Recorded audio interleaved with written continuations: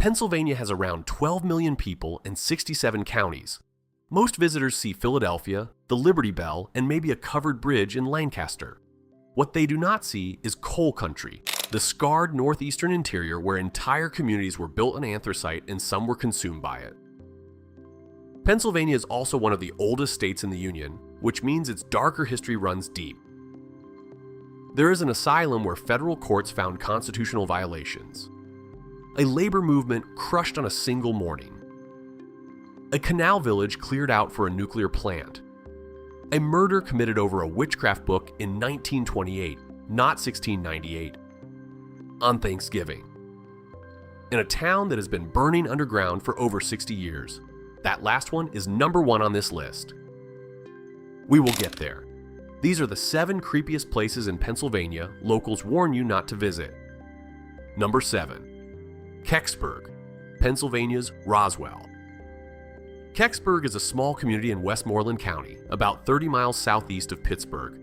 On December 9, 1965, something fell from the sky.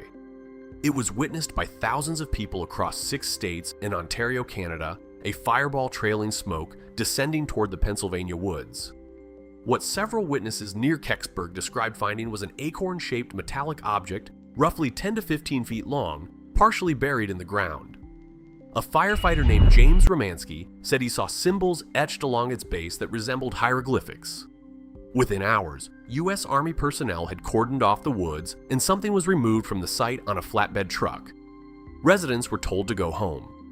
In 2003, an investigative journalist filed a federal lawsuit against NASA for records related to the incident. A court ordered NASA to comply in 2007. When NASA searched, their official testimony confirmed that 2 boxes of papers from 1965 were missing, not classified, not restricted, missing. The town now sells space acorn souvenirs and hosts an annual UFO festival. Whether that is comforting or unsettling probably depends on you. Number 6. Hellam Township, York County. The gates they tried to unpublish. The Hellam Township government published a formal debunking of the 7 gates of hell on their own official website. They state plainly that no mental asylum ever existed on Trout Run Road, that the local doctor connected to the legend built exactly 1 gate on his property, and that the township's name is a corruption of Hallamshire in South Yorkshire, England, not a reference to hell. They end the page with a reminder that the land is private property and trespassers will be prosecuted. People still show up at night.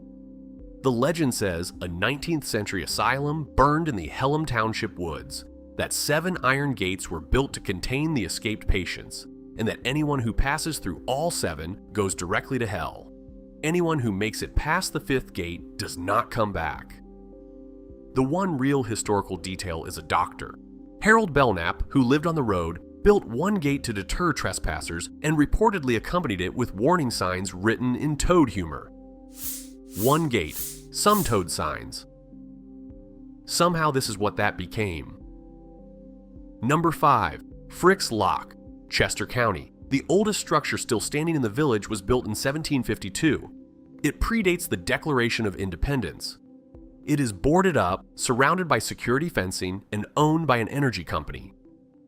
Frick's Lock grew up along the Schuylkill Navigation Canal in the early 1800s, built around a set of locks that moved coal and goods toward Philadelphia. At its peak, roughly 1,400 boats passed through those locks each year, carrying approximately 1.7 million tons of cargo. When the canal closed in 1930, the village stayed. When the railroad declined, the village stayed. Families gardened, skated on the frozen canal in winter, raised children in a place that had no particular reason to persist but did anyway. Then in the 1960s, Philadelphia Electric Company began planning the Aram-the-Limerick nuclear generating station on the opposite bank of the Schuylkill River. Federal regulations prohibit residential use within 2,500 feet of a nuclear facility. Frick's Lock sat inside that radius. The company acquired the village properties between 1969 and 1970. How residents were removed is disputed. Some accounts describe voluntary buyouts, others describe something considerably less gentle. By the time Limerick came online in 1985, the village was empty and boarded up. In 2013, A $2.3 million restoration effort stabilized some structures. The East Coventry Historical Commission runs free tours on alternating Saturdays in summer and fall. Several of the guides grew up there as children. The nuclear cooling towers are visible from the village. Standing between the 1752 house and the plant across the river, you are looking at 3 centuries of American industry from a single spot. All of it has moved on. The village is the only thing that stayed, and staying cost it everything. Number 4. The Old Jail Museum. Jim Thorpe, Carbon County. Before anything else in this building, before the history, before the context, go to cell 17. Look through the small window in the door. There is a handprint on the wall. It was placed there before the execution of June 21st, 1877, by a man believed to be Alexander Campbell, who pressed his hand to the floor and then to the wall and declared the print would remain forever as proof of his innocence. The wall has been washed since then, painted over, replastered. The print keeps reappearing. Campbell was one of the Molly Maguires, a secret society of Irish and Irish-American coal miners who organized against brutal working conditions and suppressed wages in Pennsylvania's anthracite fields during the 1870s. The mine owners hired Pinkerton detective James McParland to infiltrate the organization. His testimony drove the prosecutions. Modern historians have increasingly argued the trials were engineered, biased judges, corrupted juries, and an informant with every incentive to produce convictions. On the morning of June 21, 1877, 4 men were hanged in Pottsville and 6 were hanged here in what was then called Mauch Chunk. 10 men on one morning. The jail operated until 1995. A local family purchased it and opened it as a museum. The original cell block is largely unchanged. A recreated gallows stands on the exact spot where the executions took place. Cell 17 is sealed. The handprint is the only thing in that room that has refused to disappear. If you're enjoying this so far, drop a comment below, because we are about to get into the places that are genuinely harder to leave behind. Number 3. Raymeyer's Hollow, York County. It was Thanksgiving night, 1928, and 3 men drove to a farmhouse in a hollow in North Hopewell Township. The man who lived there was Nelson Raymeyer, 60 years old, a farmer and a Pennsylvania Dutch powwow doctor, a practitioner of a healing tradition rooted in German settler folk medicine that blended Christian prayer, herbal remedies, and protective charms. John Blymeyer, who had known Raymeyer since childhood, believed Raymeyer had placed a hex on him, the cause of his failing health and bad luck. A rival practitioner named Emma Knopp had confirmed it. Her instructions: steal Raymeyer's copy of a folk magic manual called The Long Lost Friend and a Lock of His Hair. Burn them. The curse would break. When Raymeyer refused to hand over the book, Blymeyer and his 2 accomplices, Wilbert Hess and John Curry, beat him with a block of wood and strangled him. Then they poured kerosene on the body and lit it. The body did not burn. The old wooden farmhouse around him did not burn. The fire went out. The 3 men fled, believing the curse was broken. Raymeyer's neighbors found him the next morning when they noticed his animals were unfed. All 3 were convicted. The case received national newspaper coverage and is considered one of the last documented killings in the United States motivated by belief in witchcraft. The farmhouse still stands. The charred floorboards from that night are visible. A clock above the stove is reported to have stopped at 12:01 a.m. Raymeyer had healed Blymeyer once when Blymeyer was a child. He did it for 25 cents a day. Number 2. Pennhurst State School and Hospital, Spring City, Chester County. The state called it the Eastern Pennsylvania State Institution for the Feeble-Minded and Epileptic. The press had another name for it: the Shame of Pennsylvania. Pennhurst was authorized by the state legislature in 1903 and admitted its first patient on November 23, 1908. It was designed to house 500 people. Within 4 years, it held 2,800. Over 8 decades, more than 10,500 individuals passed through its 1,400-acre campus. They were not all severely disabled. Pennhurst admitted immigrants, orphans, epileptics, and anyone else whose situation the state found inconvenient to manage elsewhere. Patients were classified on arrival, mentally as imbecile or insane, physically as epileptic or healthy. The institution's first chief physician stated that every feeble-minded person was a potential criminal. The overcrowding, the understaffing, and the violence that followed grew directly from that foundation. In 1968, NBC 10 journalist Bill Baldini aired a 5-part television series documenting conditions there.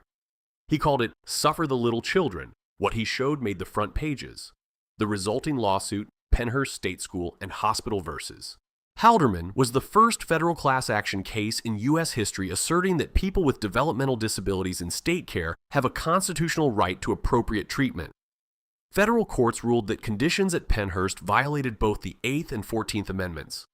Pennhurst closed on December 9, 1987. The 1,156 remaining residents were relocated to small community homes. Most of the 32 original buildings now stand empty, deteriorating, or demolished. Part of the campus currently operates as a commercial haunted house attraction. The campus has its own cemetery. The people buried there did not choose to be there. That is the part the haunted house does not show you. Number 1. Centralia, Columbia County. You turn off Route 61 and the town is not there. There are streets. There are stop signs and fire hydrants and sidewalks leading nowhere. There are driveways ending at rectangles of grass where houses used to stand. The ground is warm in places. Cracks in the earth vent thin columns of steam into the air. In winter, when the temperature drops, the ground smokes in a dozen spots at once. There is a smell, faint, sulfurous, with no visible source. This is not a ruin. A ruin implies something to look at. There is nothing to look at. There are just the bones of a town. Centralia was a coal community in Columbia County. In 1960, it had 1,435 residents. In the spring of 1962, the Borough Council hired 5 members of the Volunteer Fire Company to burn the town landfill before Memorial Day. Their method was what it had always been: set the trash on fire, let it burn down.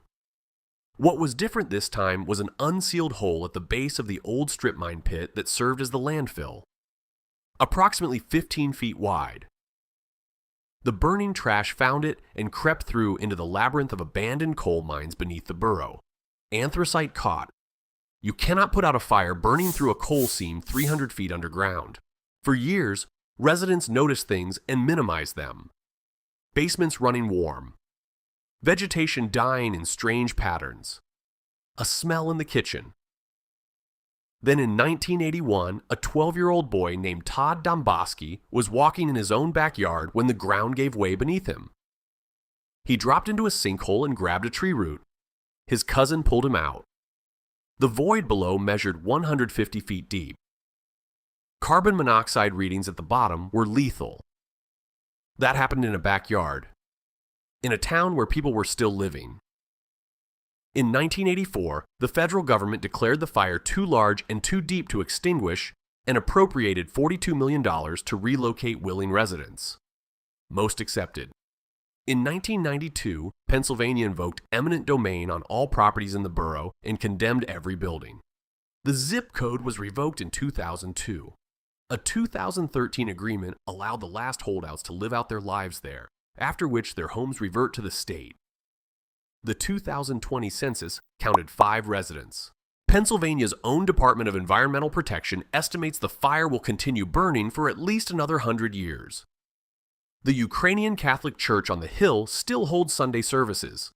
The congregation drives in from surrounding towns because there is no town left to drive from. A trash fire before a holiday. That is what started all of this. That is what stays with you. Pennsylvania is a state that builds things and then watches them go. What gets left behind is not always ruins. Sometimes it is a handprint that will not wash off, or a fire that will not go out. Of everything on this list, Centralia is the one that stays with me. A trash fire before Memorial Day. Still burning 62 years later. Which one surprised you most? Drop it in the comments. Subscribe if you want more like this.